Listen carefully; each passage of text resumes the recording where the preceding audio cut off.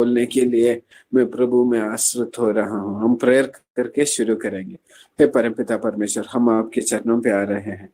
आपने एक ऐसा दिन बनाया, आपने एक ऐसा अवसर बनाया।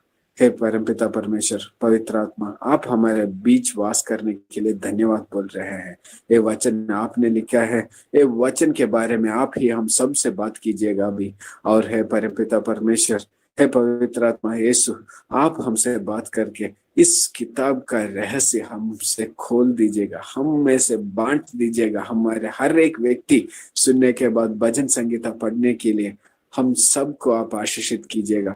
और ये वचन हमारी जिंदगी में 100 गुना फल देने वाले बीज, एक अच्छी मिट्टी में गिरने वाले बीज जैसे ही बना दीजिएगा। सब यीशु मसीह की अधिकार वाले नाम से आमीन। हालेलुया। प्रभु में आश्रित होकर अभी भजन संगीता, वो उस नाम भी बहुत सुंदर है, भजन और संगीत। संगीत के साथ जो भजन करते हैं उसको भजन संगीता। और अंग्रेजी में भी साम्स बोला गया है। साम्स का अर्थ भी वही है कि एक गिटार या ऐसा वीणा के साथ गाने वाला गाना को साम्स बोलते हैं। तो वो ग्रीक में, अंग्रेजी में और हिंदी में एक ही अर्थ है। संगीत के साथ भजन, वही एक ही अर्थ है। लेकिन हिब्रुओं की किताब में, हिब्रानियों की भाषा में इस किताब का नाम स्तुति है, प्रशंसा। इस किताब का नाम प्रशंसा लिखा गया है, यानी कि प्रभु की प्रशंसा करना। प्रशंसा है इस किताब का नाम। लेकिन मुझसे पूछोगे तो अगर मैं किताब का नाम लिखता तो इस भजन संगीता का नाम मैं यार का गीत लिखता, या यारी का गीत, दोस्ती, ऐसा लिखता इसका नाम। क्योंकि जैसे हम अपने दोस्त के साथ हमारा दिल खोल के बात करेंगे, वैसे ही इस भजन संगीता की किताब में जो गायक लोग हैं वो अपना दिल खोल के प्रभु के सामने रख दिया है। अपना दिल के अंदर जो जो बातें हैं सब कुछ प्रभु के में देखे गया है। हर एक बात, खुश है तो खुश, दुख है तो दुख, कोप है तो कोप और क्रोध के बारे में, दुखी है तो निराश है तो निराशा लिखा हुआ है। पूरा गीत ऐसा ही है, सारे गीत। इसमें एक ऐसा एक चीज है, जैसे हम बोलते हैं ना शक्कर में मधुर होता है, वैसे ही इस भजन संगीता में एक रियलिटी है, एक सच्चाई है, एक हर एक मनुष्य की सच्चाई हमारे दिल में। आपका ही पिछले दिनों को याद कीजिएगा। जब खुश थे तो भजन संगीता में है खुशी का गाना, जब दुख है तो भजन संगीता में ऐसे वचन लिखा गया है जैसे मानो हम खुद वही बात प्रभु से बोल रहे हैं। तो भजन संगीता में वो ऑलरेडी लिखा गया है। और मेरे लिए पर्सनली भजन संगीता बहुत ही महत्वपूर्ण है, क्योंकि एक बार मैं बहुत दुख में था, इतना दुख में था कि मैंने सोचा मेरा पूरा जिंदगी खो गया, जो सब कुछ गया, कुछ भी बाकी नहीं है, मैंने सोचा। और मैंने सोचा कि मुझे अब जीना भी नहीं चाहता था। मुझे मालूम नहीं मैं घर कैसे जाऊंगा। तो ऐसा एक बहुत बुरी हालत। और वो भी मैंने सोचा प्रभु, मैंने आप पर भरोसा करके एक कदम उठाया, लेकिन अब मेरा जिंदगी ऐसा क्यों होने वाला है। इतना बुरा खबर मैंने सुना और मुझे इतनी ताकत नहीं थी कि मैं जहां था वहां से मैं अपना घर जाके प्रेयर करूं या अकेले जाके प्रेयर करूं, उतना भी ताकत नहीं था। पास में जो चर्च था वहां मैं चला गया और वहां बैठकर रोकर प्रेयर करना शुरू किया, प्रभु तूने ऐसा क्यों किया बोल के। तब मुझे एक ऐसा आवाज सुनाई दी और बोला, संगीता का 62 का 2, 62 यानी कि 60 और 2 का दूसरा वचन। और उसमें ऐसा लिखा है कि वो मेरे चट्टान, मेरा उद्धार, हाँ मेरा दृढ़ गढ़ है, मैं अधिक ना डिगूंगा, अधिक नहीं हिलूंगा। वो मिलने के बाद मुझे इतना आनंद आ गया कि मुझे मालूम पड़ गया कि जो तूफान आने वाली है, जो तूफान का समाचार मैंने सुना, वो मुझे कुछ नहीं करेगा। मैं थोड़ा हिलूंगा लेकिन ज्यादा नहीं हिलूंगा, क्योंकि प्रभु मेरा दृढ़गढ़ और मेरा चट्टान है। तो मुझे भजन संगीता मेरा दिल के पास है। और जैसे प्रभु ने बोला वैसा ही हुआ। जो तूफान आया वो मुझे, मैं थोड़ा हिला, ज्यादा नहीं, थोड़ा हिला, लेकिन ज्यादा कुछ नहीं हुआ। मैं आशीष का कारण बन गया। हालेलुया। इसलिए भजन संगीता मेरा दिल के पास है। और मुझे बहुत खुशी है जब भजन संगीता, हर एक व्यक्ति जो मुझे सुन रहे हैं, मैं जानता हूं आपकी जिंदगी में दुख के वक्त में भजन संगीता में ऐसे वचन आपने पढ़ा जैसे कि वो आपने खुद लिखा हुआ है। और आपकी खुशी के समय में आपने भजन संगीता में ऐसा वचन आप पढ़े जैसे कि आपने खुद लिखा है। खुशी की बात और आनंद की बात सब कुछ भजन संगीता में है। जैसे मैंने बोला, वो एक बहुत ही एक सच्चाई है इस किताब में। सच्चाई, ये हर एक व्यक्ति के दिल में जो सच्चाई है वो लिखा गया है। इसलिए मुझे ये किताब यारी की किताब जैसा माना। मुझे इच्छा है कि ऐसा है जैसे हम अपने दोस्त के बारे में बोलते हैं, वैसे ही हम अपने दोस्त के बारे में, दोस्त के साथ जिंदगी के हर कुछ बोल देते हैं, वैसे ही सब कुछ हम इस किताब में प्रभु के साथ बोल देते हैं। और आगे चलेंगे तो देखेंगे कि इस किताब में क्या क्या है। इस किताब की प्रत्येकता क्या है कि इसमें सबसे बड़ा किताब है और इसमें 150 चैप्टर से 150 गीते हैं। बाइबल में और भी भजने हैं दूसरे किताबों में, उसकी बात मैं नहीं कर रहा हूँ। सिर्फ भजन संगीता के किताब में 150 किताब है। और इसका सबसे पहला लिखने वाला कुछ 79 सॉन्ग्स कौन कौन लिखे हैं देखेंगे तो क्या बोलते हैं, दावीद ने 70 और 3 किताब भजन लिखे हैं। आसाफ 12, कोरह के पुत्र 11, शलोमोन मूशा तो 3, हीमान और एतान ने 2 और बिना नाम का 49, 50 से एक कम 49 भजनों की कौन लिखा है मालूम नहीं। यानी कि देखेंगे तो 1000 साल के बीच में लोग जो लिखा गया है उसको इकट्ठा किया गया है। यानी कि आशीष किया हुआ देश इस्राएल देश में पहुंचने से पहले जो मूसा ने लिखा, वो गाना से लेकर दूसरी बार जब वे बेबीलोन इस्राएल वापस आ रहे हैं तो बेबीलोन में जब बंदी बना के लेके गए, यानी कि हम जो देखते हैं इज़रा की, नेहम्या की और ज़रुब्बाबेल के, दानियल के समय में, उस समय में जो गाने लिखा गया है वो भी है। यानी कि 1000 साल में एक गाना यहाँ से, एक गाना दूसरे साल से, एक गाना तीसरे साल से, ऐसे हर जगह से 1000 साल से इकट्ठा किया। कौन इकट्ठा किया? लोग मानते हैं कि इज़रा के समय में, इज़रा पुरोहित के समय में जब बेबीलोन से लोग वापस आए तब सारे किताबों को इकट्ठा किए गए। उसी समय में सारी भजनों को इकट्ठा करके एक किताब में रखा गया और वो किताब है भजन संगीता। बाद में इसको म्यूजिक भी डाला दिया गया और म्यूजिक से के साथ गाने गाए। और एक म्यूजिक, हर गाने के लिए अलग अलग संगीत है। दुख गाने के लिए स्लो संगीत है और आनंद गाने के लिए फास्ट संगीत है। और पासओवर यानी कि पेसहा के समय में गाने वाले संगीत है और यरूशलेम को जाते वक्त गाने वाले संगीत है। हर अवसर में, हर हमारा मनोविकार के अनुसार अनेक म्यूजिक के साथ भजने लिखा गया है।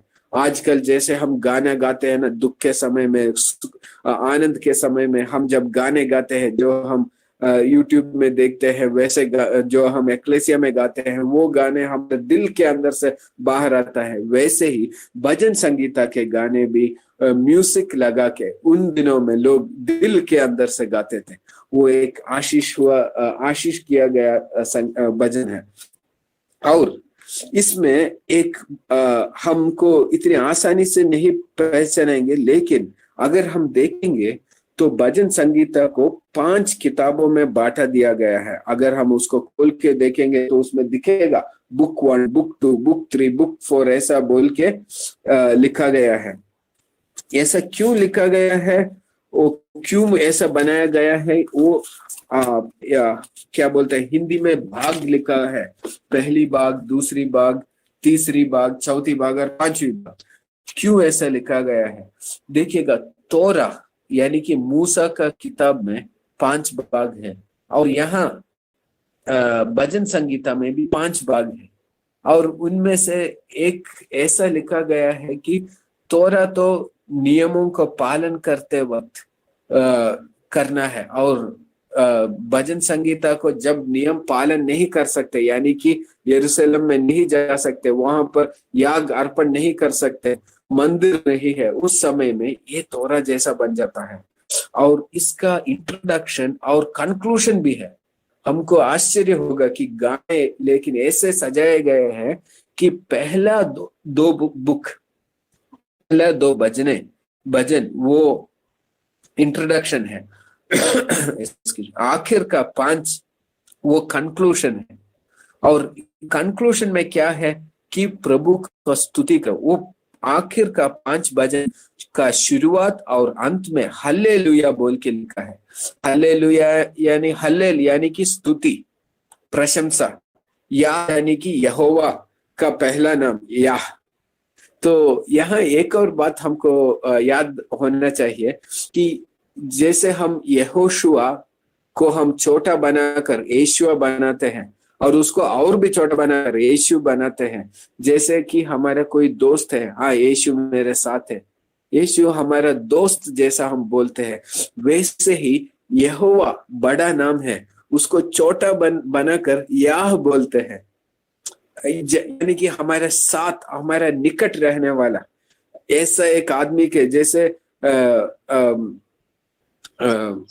उदाहरण के लिए हमारे ब्रिजमोहन भाई है, उनका पूरा नाम क्या है मुझे मालूम नहीं, लेकिन ब्रिजमोहन भी बड़ा नाम है, इसलिए हम उनको छोटा बनकर ब्रिज भाई बोलते हैं। नहीं तो जूनी पास्टर को देखे, जूनी सैमुअल है, लेकिन कोई उनको पूरे नहीं बोलता, जूनी पास्टर बोलते हैं। वैसे छोटे नाम को छोटा बनाकर हमारा दोस्त बना देते हैं, वैसे ही यहाँ यहोवा बड़ा नाम को याह बनाकर, छोटा नाम बनाकर हमारा दोस्त जैसा बना देता है। इसलिए ये गाना दोस्ती की गाना जैसे है। और इसका इंट्रोडक्शन का 2 किताबों में बहुत ही, कंक्लूजन हमने देख लिया, कंक्लूजन तो स्तुति का है, लेकिन इंट्रोडक्शन क्या है? पहला भजन क्या बोलता है? धार्मिकता के बारे में बोलता है। जो व्यक्ति धार्मिक है, जो झूठ नहीं बोलता, जो अच्छा काम करता है, धार्मिकता के बारे में बोला दिया जाता है। जैसे कि मोशे की पहले न्याय प्रमाण के बारे में, तो जो न्याय प्रमाण के बारे में चिंता करता है, उसका दूसरा वाक्य में भी ऐसा ही लिखा है, परंतु वो तो यहोवा की व्यवस्था से आनंदित है। व्यवस्था के बारे में वो उसी वचन में और उसकी व्यवस्था पर रात दिन मनन करता है। तो पहला वचन व्यवस्था के बारे में लिखा गया है, और दूसरा वचन क्या है? दूसरा वचन आने वाली मसीहा के बारे में लिखा गया है। उसमें पुत्र के बारे में बोला दिया गया है, प्रभु की पुत्र के बारे में, मसीहा के बारे में। तो इंट्रोडक्शन में हम देखते हैं न्याय प्रमाण या वचन, व्यवस्था और मसीहा। पूरी संकीर्तनों में वही देखा जाता है, न्याय, व्यवस्था और मसीहा के बारे में। उस किताब में पूरी तरह ऐसा ही है, भजन संगीता की किताब में। और एक और बात इसमें हम देखेंगे कि जब शुरुआत होती है तब दुख भरी भजने ज्यादा है और आनंद भरी भजन कम है, लेकिन जाते जाते 89 के बाद, 90 के बाद जाते जाते क्या होती है? दुख भरी भजन कम होती जाती है और आनंद के भजन बढ़ती जाती है। तो हमने अब तक क्या देखा कि भजन संगीता में 1-2 इंट्रोडक्शन है, कंक्लूजन है। इंट्रोडक्शन व्यवस्था के बारे में और आने वाली मसीहा के बारे में है। कंक्लूजन प्रभु की स्तुति के बारे में लिखा गया है। और इस किताब को 5 भाग बना के रखा गया है। और भजन संगीता में व्यवस्था के बारे में, मसीहा के बारे में ही नहीं, दुख भरी भजनों के और आनंद की भजनों के बारे में ही नहीं, बल्कि विश्वास और प्रत्याशा, आशा के भी बारे में लिखा गया है। और इस किताब में एक ऐसी सच्चाई है, मैं आपको कैसे बोलूं मुझे मालूम नहीं, लेकिन साम्स 88 जरा खोल के देखेंगे। साम्स 88 मुझे दिल में इतनी आशा है कि ये पूरा अभी अभी अभी का भी पढ़ा के सुनाओ, क्योंकि इतना मधुर है। लेकिन साम्स 88 देखेगा, इसमें हे मेरे उद्धारकर्ता परमेश्वर यहोवा, मैं तेरी समक्ष रात दिन पुकारता रहता हूँ, मेरी प्रार्थना तेरे सम्मुख पहुंचे, मेरी पुकार की और कान लगा। यहाँ एक रोने से, आंसू से शुरू करता है। पूरी भजन ऐसा ही है। क्या तू मुर्दों के लिए अद्भुत कार्य करेगा, यानी कि सोच रहा है कि ये मैं मर गया, मुझे और कोई आशा ही नहीं है, और पूछ रहा है परंतु हे यहोवा, मैंने तुझे सहायता के लिए पुकारा है। और आगे पढ़िएगा, उन्होंने मुझे दिन भर जल के समान घेर रखा है, मैं उनसे पूरी तरह घिरा हुआ हूं। तूने मेरी प्रेमियों और मेरी मित्रों को मुझसे दूर कर दिया, मेरे प्रायश्चित अंधकार में पड़े हैं। हालेलुया। एक साम्स 88 एक ऐसी आंसू भरी भजन है जो उसमें एक भी वचन नहीं है कि प्रभु बचाएगा, बल्कि इसकी आशा पूरी तरह मिट गई, पूरी आशा मिट गई। हम में से अनेक लोग हैं जिनकी आशा पूरी तरह से मिट गई है। ऐसी अवस्था पर हम गए हैं कि हमको कोई प्रत्याशा नहीं। हम सोचेंगे कि प्रभु भी हमको छोड़ दिया, कुछ भी बचा हुआ नहीं है, कुछ भी बचा हुआ नहीं है। हम जानते हैं अनेक लोगों के बारे में जो दिन जिंदगी भर प्रभु की सेवकाई करते हैं, लेकिन एक मोड़ में ऐसा अंधेरा छा जाती है कि उनकी जिंदगी में कुछ भी नहीं। उनकी अय्यूब की जिंदगी देखिएगा, उनके धन संपत्ति, बच्चे, बीवी सब छोड़ के गए, सेहत भी गया। आजकल भी हमारे बीच में ऐसे लोग हैं जिनकी पूरी परिवार उनको छोड़ के गई, जिनकी काम नहीं है, कोई मार्ग नहीं है कि धन उनके पास आए, बस उनकी जिंदगी में आंसू ही है। कौन मुझे कल देखभाल करेगा, कोई नहीं, बच्चे नहीं है, बाप नहीं है, पति नहीं है, आमदनी नहीं है, कुछ भी नहीं है। उनकी जिंदगी में अंधकार की तरफ देखते हैं। जैसे ही यहाँ लिखा गया है वैसे ही जिंदगी अब जीने वाले हमारे बीच में है, जो मुझे सुनने वाले लोगों में है ऐसे लोग। लेकिन वो वहां से अगला वचन देखेंगे तो अगला वचन का अंत में वो प्रभु की स्तुति फिर आरंभ होती है, क्योंकि प्रभु आशीष करने वाला प्रभु है। हम वापस आएंगे, हम बोलते रहेंगे तो ऐसा ही बोलते रहेंगे। तो भजन संगीता का में 5 किताब है। इस 5 किताबों भजन नंबर 3 से लेकर 41 40 और 41 तक पहला किताब, 40 और 2 से 70 और 2 तक दूसरी किताब, 42 से लेकर 72 तक, फिर 73 से लेकर 89 तक तीसरा किताब, 90 से लेकर 106 तक चौथी किताब, 107 से लेकर 145 और आखिर तक 5वां किताब। ये 5 किताबें हैं, और इन पहले 4 किताबों के आखिर में एक ही वचन है। हम चाहे तो एग्जाम्पल के लिए, उदाहरण के लिए हम लेके पढ़ेंगे,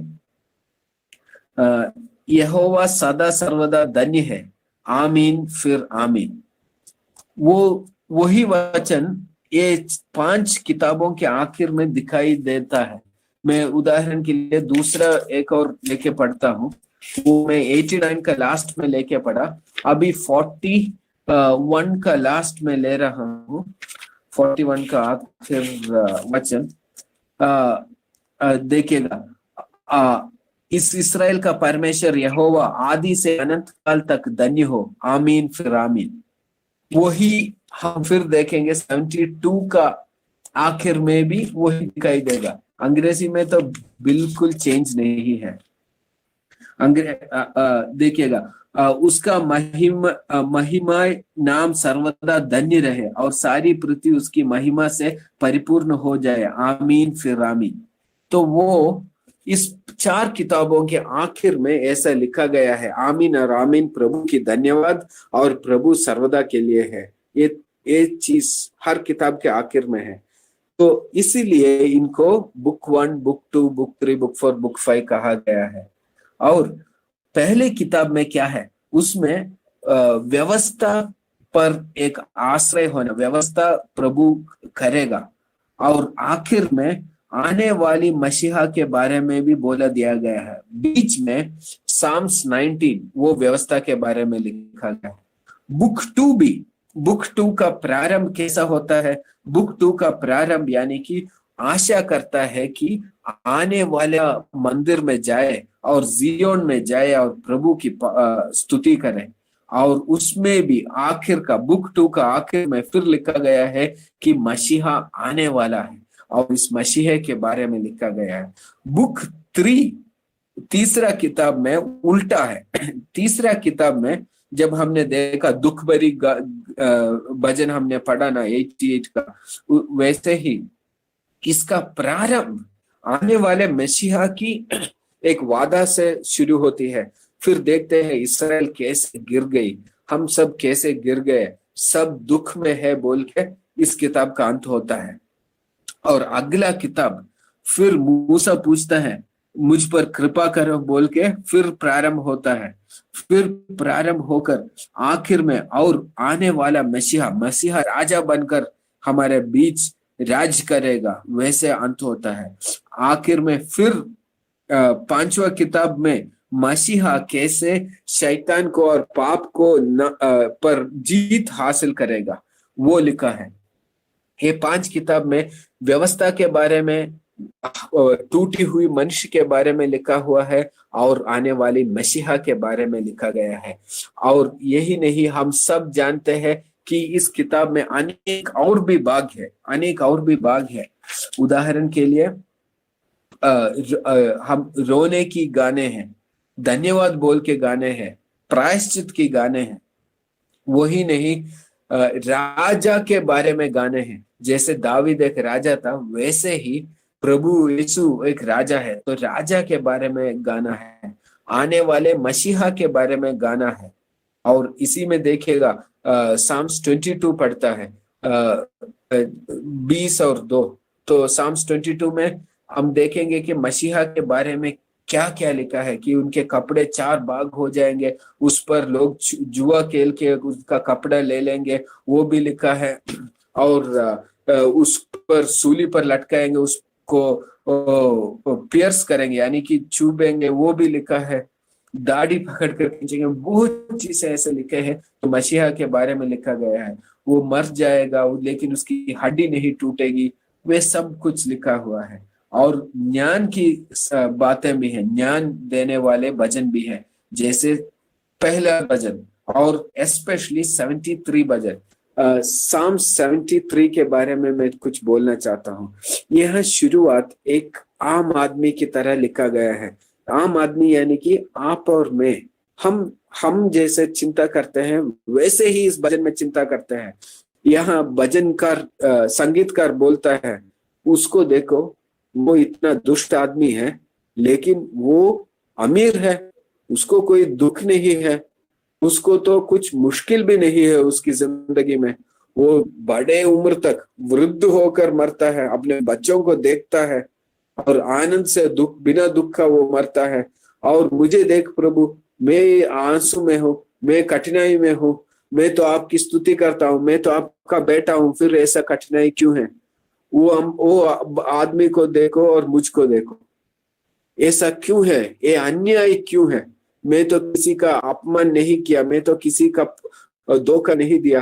वो तो गुनहगार है लेकिन वो इतना आनंद से जी रहा है, शान और शोहरत जी रहा है, और मेरी अवस्था क्यों ऐसी है?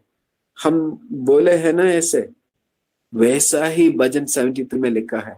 और लेकिन उसमें एक मोड़ है, उस मोड़ पे भजन संगीतकार ऐसे लिखता है कि लेकिन मैं प्रभु का आलय में आया, प्रभु के मंदिर में गया, प्रभु के मंदिर में जाने के बाद वो सोचने लगता है, लेकिन तब मैं उनके अंत के बारे में सोचने लगा, मृत्यु के बारे में सोचने लगा, मृत्यु के बाद जो होगा सोचने लगा। तब मुझे पता चला वो एक दलदल में रहे हैं, वो फिसल कर गिरेंगे। फिसल कर गिरना यानी कि आप चल रहे हैं, कोई भी मुश्किल नहीं है, कुछ भी प्रॉब्लम नहीं है, 1 मिनट पहले भी कोई प्रॉब्लम नहीं है, बस चुटकी भर में फिसल जाएंगे, गिर जाएंगे, सब कुछ खत्म हो गया, सब कुछ एक चुटकी भर समय में फिसल कर गिरेंगे। तो वो वैसे ही लिख रहा है, ये लोग ऐसे चल रहे हैं बिना कुछ मुश्किल के, लेकिन मृत्यु के समय में वो फिसल कर गिरेंगे इमीडिएट, और वे नरक में जा सकते हैं, लेकिन मेरे प्रभु आपके हाथ में रहूंगा। तो वो मंदिर में जाने के बाद वो अनंत काल की चीजों की सोच रहा है। आज की अवस्था वही पौलुस लेके बोल रहा है कि चुटकी भर में गुजर जाने वाली जिंदगी क्या, और अनंत काल की जिंदगी और क्या। यहाँ जो कष्टता है वो तो कुछ बात ही नहीं है। अनंत काल में जो आनंद मिलेगी, हजारों साल की आनंद, वो इम्पोर्टेंट है, वो बहुत ही लाजिम है, बहुत ही इम्पोर्टेंट है, महत्वपूर्ण है, आजकल की जिंदगी नहीं। वो जो पौलुस लिख रहा है वही यहाँ संगीतकार भी यही वो लिख रहा है। तो ये भजन संगीता भविष्य काल में के बारे में भी बोली, और मसीहा के बारे में भी बोली, जो कोई नहीं जान सकता वो भी लिखा हुआ है, हमारा दिल की बात लिखा हुआ है। लेकिन सबसे महत्वपूर्ण चीज मुझे आज ही इसके बारे में ज्ञान हुआ। सबसे महत्वपूर्ण चीज मालूम है कि नया नियम में लिखा है कि एक्लेसिया एक रहस्य था, प्रभु की दिल में छिपा हुआ रहस्य, किसी से नहीं बोला, क्योंकि अगर राजाओं जान जाते कि यीशु मसीह है तो उनको शूली पर नहीं चढ़ाते, लेकिन वो जाने नहीं, शैतान भी जाने नहीं एक्लेसिया के बारे में। एक्लेसिया एक रहस्य है, लेकिन उस रहस्य को बाइबल में अनेक बार लिखा गया है। दावीद भी लिखा है, शलोमोन भी लिखा है। वो ये संगीत आसाफ के लिए लिखा, 45 संगीत का 10वां वचन देखिएगा। ये संगीत, ये भजन एक लड़के के लिए नहीं लिखा, बल्कि औरत के लिए लिखा गया है, एक लड़की के लिए लिखा गया है। वो कैसे पता चलेगा? पूरा भजन पढ़ेगा 45, उसमें ऐसा ही लिखा है। आशा है कि मैं पढ़ूं, लेकिन अभी सिर्फ 3 मिनट बचा है, तो सिर्फ एक वचन पढ़ेंगे, 10वीं वचन। हे बेटी सुन, कान लगाकर ध्यान दे।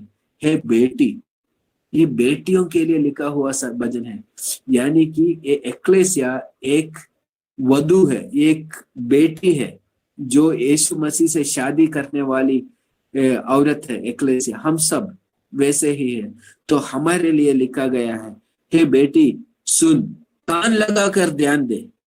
बल्कि सिर्फ सुना नहीं, कान लगाकर ध्यान दे। अपने लोगों और अपनी पिता के घर को भूल जा।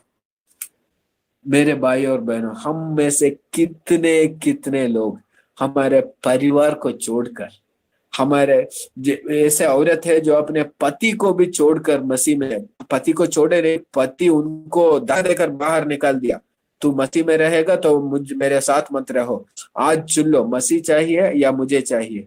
और वे औरत मसीह को चुने, सब कुछ खोकर, सब कुछ खोकर वो यीशु मसीह के पीछे आए। तो उनके बारे में लिखा है, अपने लोगों और अपने पिता के घर को भूल जा।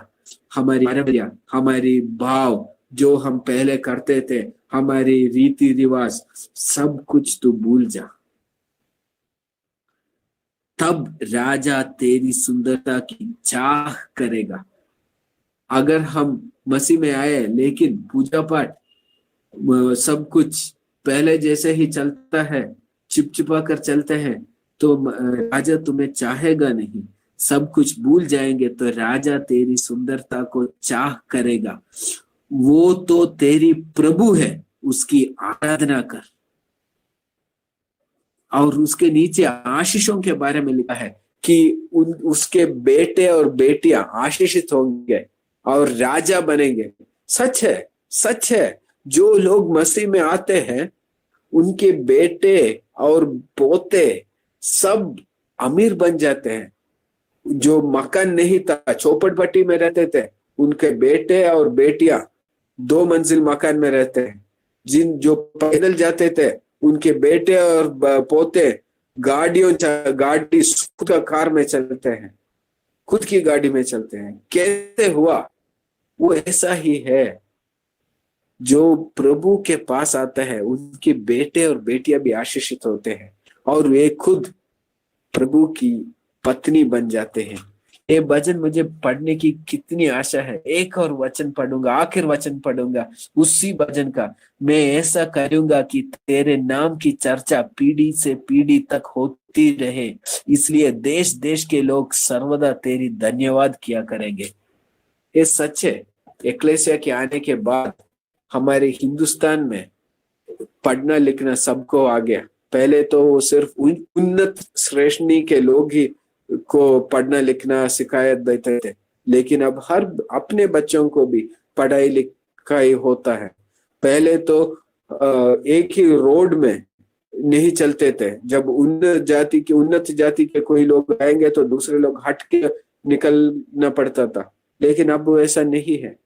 अब तो एक समानता है, आशीष है, खुशी से बाहर जाते हैं। ऊंच जाति और नीच जाति बहुत कम हो गई है। एक्लेसिया के आने के बाद जो क्या बोलते हैं कीचड़ लेके जाते थे ना, वो उनके बेटे पढ़ लिख कर बिजनेस करके, पहले बिजनेस नहीं कर सकते थे क्योंकि वो सिर्फ एक ही जाति का ही अवसर था, लेकिन अब जो नीच जाति का लोग भी बिजनेस करते थे, नीच जाति का लोग भी पढ़ लिख कर IAS ऑफिसर्स बन जाते हैं। वो आशीष है, इसलिए हम एक्लेसिया को धन्यवाद बोलते हैं। ऐसे इंडिया में क्यों हो? 100 साल पहले ऐसा था क्या?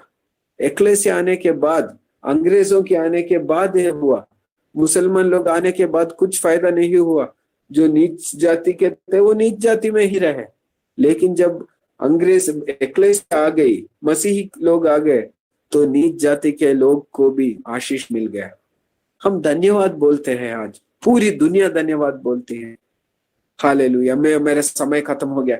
भजन संगीत आप पढ़िएगा, वो आपका दिल उसमें है, मेरा दिल उसमें है। हमारे आंसू, एक चीज मुझे क्या मालूम पड़ गया, जैसे हम एक दोस्त के साथ दिल खोल के बात करते हैं, वैसे ही भजन गीता में दिल खोल के बात किया जाता है। और 88 जो हमने पढ़ा, वो दुख भरी भजन, उसमें बस सिर्फ एक ही बात है, हेल्प, सहायता करो, मैं चुका हूं, बस उतना ही। उसमें प्रार्थना करने का 10 रीति। पिछले बार नेहम्या के बारे में जब मैंने बोला तो उसमें उसकी प्रार्थना का 5 भाग लिखा गया। स्तुति से आता है और अपना जो इच्छा है वो आखिर बोलता है, वैसे 5 तरह बोले, लेकिन यहाँ कुछ भी नहीं है। उसके साथ क्या फॉर्मेलिटी, जब राजा के पास जाएंगे तो पहले दंडवत करेंगे, फिर बड़प्पन करेंगे, फिर उसको याद दिलाता है एक नियम आपने ही बोला था, मैं आपका प्रजा हूं, आप मेरी ये काम की कर दीजिएगा, ऐसे बोलते हैं राजा के पास। लेकिन एक दोस्त के साथ क्या, दोस्त के साथ जाकर बोलते हैं भाई मैं मुश्किल में हूं, क्या करूं अभी? दोस्त खुद बोलेगा क्या हुआ बोलो, मैं अरे ऐसा करेंगे। अरे भजन संगीता को दोस्ती है, दोस्ती है, पढ़ लीजिएगा उसको, उसमें आपका दिल दिखेगा आपको। आप सोचेंगे अरे ये तो मैंने खुद बोला है, यहाँ लिखा है, अरे मेरी अवस्था तो यही है। और भजन संगीता के आखिर में याह को स्तुति करके हालेलुया दोस्त को की प्रशंसा करके खत्म करती है। हम भी मत भूलिएगा, जितना भी कठिनाई में हो, व्यवस्था कुछ भी हो, लेकिन एक मसीहा है, एक दोस्त है हमारे पास, जिसको हम स्तुति करके धन्यवाद करके दिल खोल के बिना कोई नियम के, हे प्रभु मेरी अवस्था ये है। इस भजन संगीता पढ़ने से हमको मालूम पड़ता है कि यीशु मसीह से कैसे बात करें, यीशु मसीह से बात कैसे करें, ये पढ़ने से हमको मालूम पड़ता है। ये मुझे सबसे प्रिय किताब यही है, मुझे सबसे पसंदीदा किताब यही है। आपका भी बेस्ट किताब यही होगा, पढ़ के देखिएगा, प्रभु आपको ज्ञान देगा, क्योंकि ज्ञान देने वाली किताब है।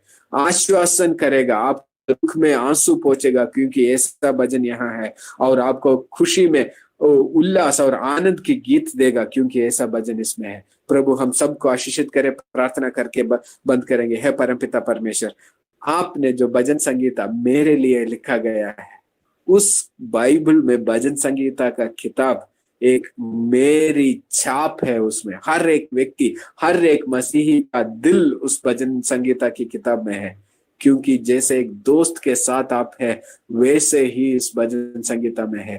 हे प्रभु, हे परमपिता परमेश्वर, सारी दुनिया की सृष्टिकर्ता, हम सबको आशीषित करना कि हमारी जिंदगी का अंत भी भजन संगीता की जैसे ही दुख भरी कहानियां कम होती जाती है और आनंद और स्तुति का गीत बढ़ता जाता है, वैसे ही हमारे जिंदगी की दुख के दिन कम कम होने पाए और हमारे आनंद का दिन बढ़ता ही रहे।